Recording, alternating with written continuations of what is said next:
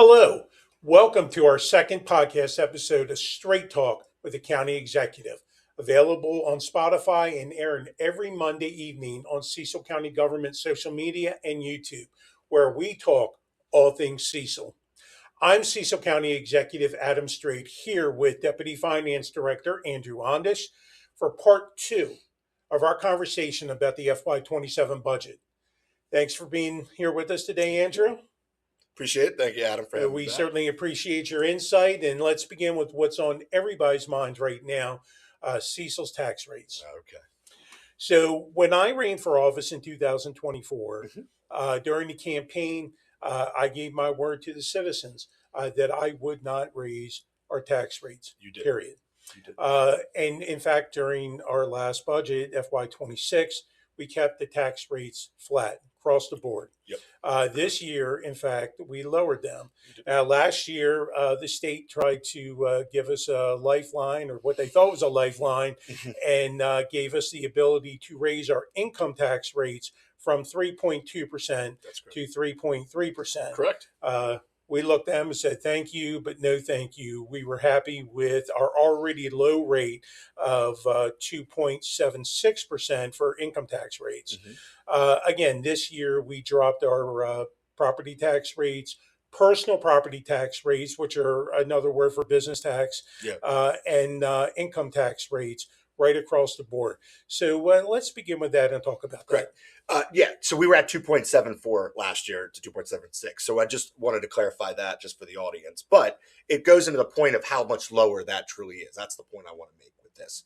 A lot of bigger counties, a lot of counties, even neighboring counties to us, are in that 3% range. As this 2.74, when we came into office notes, is that we were, not in that level to where a lot of that lifeline was required by their counties because they needed to find additional ways. They were at that 3.2 cap.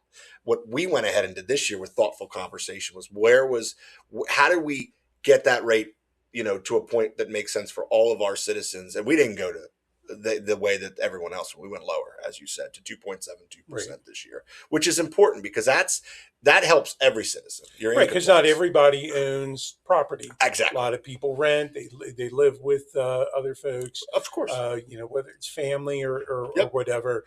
And so property tax rate cuts only help a specific sector of people as opposed to everybody across the board that pays taxes. And exactly. So what we try to do is make sure that everybody felt the tax relief. That was a big conversation piece between you and I and the rest of the administration. And we had that exact conversation. We want to make sure that everybody gets relief that's out there. Our tax rates are probably the most important piece to government because it is allowing the government to be able to utilize those expenditures on the services that we provide back to our citizens. And it's important to make sure that there's a balance there, which I think we've struck a very good balance to that, because you are seeing a lot coming down from the state all the time. Yeah. And as you've liked to say, we're weathering that storm here, but we're doing it the Cecil County way. Right. We're doing it the way that makes sense for us. And this also goes to one of my tenements for our strategic plan. Exactly. Which is financial stability. Yep. Being sustainable. It's easy to say we cut a tax rate. Sure. But you have to look, next year, 2 years ahead, 5 years ahead, 10 years ahead, what is sustainable with still funding the services that are important to our residents and that they rely on and that improves our quality of life. Absolutely. Another staple of our strategic plan. So we did do that this year. But what we're hearing from a lot of folks is even though we kept the tax rates the same last year, we kept them flat. This year we're lowering them across the board. A lot of folks are still paying more for their property taxes, myself included. And some of us, myself included, got a pretty big jump. Yeah. Why is that? So assessments are based from the state of Maryland. State Department of Assessment and Taxation is responsible for setting these assessments. What we saw so that has nothing to do with Cecil County government. Even the appeal process is is not controlled by the county. We have a seat at that table, but it's not even something we're seeing that's successful. Let me tell you why. The state of Maryland is looking for revenue everywhere. They arbitrarily kept assessments lower during the because COVID their years. spending's out of control. Well, it's a new administration. That's why they're looking for revenue. If you look at it, there's a new administration down in Maryland at the same time that assessments started to rise. Yes, obviously being through finance, you have to pay for things if you're going to raise revenue this much across the board. Now, remember, a lot of people don't realize there's components to that. There's a county component and there's a state component to that. Sometimes there can be a town component, depending if you live inside of town limits. What becomes the problem for us is the state setting the rates for everybody. They're setting the value of the property. Now, to be fair, there's increase in property value because of comparables. A neighbor sells a house, you sell your house. It's being sold for more than it was years ago. Sure. That's a staple of a couple of things for another conversation.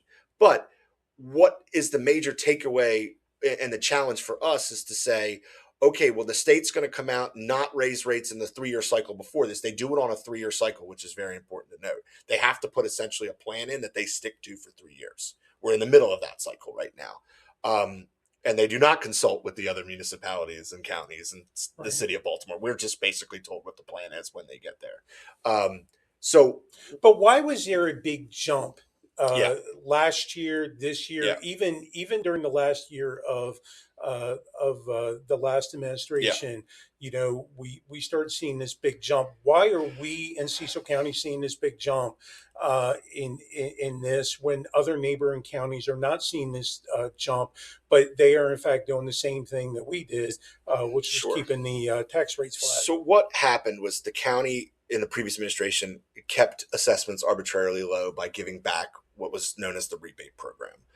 There was $30 million given back over 2 years. It was a scale up number that was used, which is actually a pull right from fund balance. Which is our savings. It's our savings account. It's not when you cut a rate, you're baking that into a budget to where that's a sustainable growth item that can go. You don't have to change that the next year. You just have your assessments and your budget based upon what. But a tax rebate has to be given year after year after year. And when you're talking $20-30 million out of our savings account, eventually that money's going to run dry. It's not sustainable. Yeah, if you go that route for too long, the county's out of money, and therefore there is no fund balance. So I think the problem is that everybody saw this. I was actually down in council when all of this was introduced, sitting on the other side with the budget, worried about things like escrow accounts, worried about things like, hey, the pullback on this is going to be a hard thing to do because you're going to feel like all of this, there was a shielding. It was only the county tax portion. You were still paying the state of Maryland assessments that were rising, just like the other counties and neighboring counties did. So they saw the increases, but they didn't feel this ripple effect of going through and saying, okay, let's hand back an amount of money, not a decrease in rate, but an amount of money. And then it doesn't matter the administration. It could be your administration, previous administration, another administration. Eventually you have to pull that back. And that's what we felt. That increase jumped back up in the same time that the state decided to do assessments. And for our citizens out there, that leveling off is now what we're seeing, which other counties saw sooner than we did because of the way that rebate program played out. And I don't think any administration was going to keep going, because if you're looking at it, you are going to deplete your fund balance, which hurts things like your bond rating, which is a conversation for another day. And it hurts your ability to plan and do forecasting, which is a big component of what finance is doing now. We're doing multi-year forecasting. We're making sure that we have that in there. You can't throw variables into that aren't sustainable, because at that point you're going off course and you don't know how to get back on course. What your administration did, what you challenged us to do, was to put us back on course, and that's how we did that with the tax. And so how does constant yield fall into this? So we hear that a lot out in the public. We do. You know, they throw that around. Tell us about that. Constant yield was a method for the state before, as you alluded to, they wanted to raise additional revenue. For them to say, if we raise assessments and you want to stay at the same level, which is unsustainable, because the minute that you do it, they throw the entire calculation, one way or the other. It could be a benefit to the assessment. It could be a decline to the assessment. Yep. But what you don't want are these heavy swings back and forth. And that's what was caused by that. So what the state realized is no one's really tying to constant yield unless you have a charter that requires it. The state actually came to us in our affinity groups this year and asked to just stop doing constant yield because nobody was able to do it. This county hasn't been on constant yield for over 5 years. That spans multiple administrations.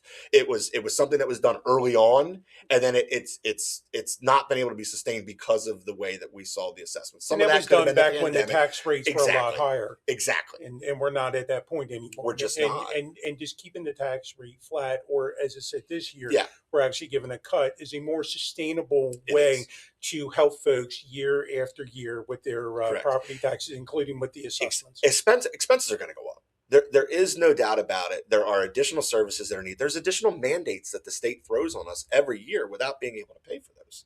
We have to find ways to be able to afford a lot of what the state's doing. And I think what I'm most proud of is that we were able to accomplish all of that this year. We were able to drop tax rates in all of our categories across the board. Thanks to this incredible team we have. And I do want to, I just appreciate everything that the finance team, budget team was able to do. And we're very excited about finalizing this budget into June 2nd for council. So I appreciate it. Appreciate the conversation. All right. Well, that's all the time that we have today. Thank you, Andrew, for being with us and helping us understand the very complex budget process. And we look forward to having you back.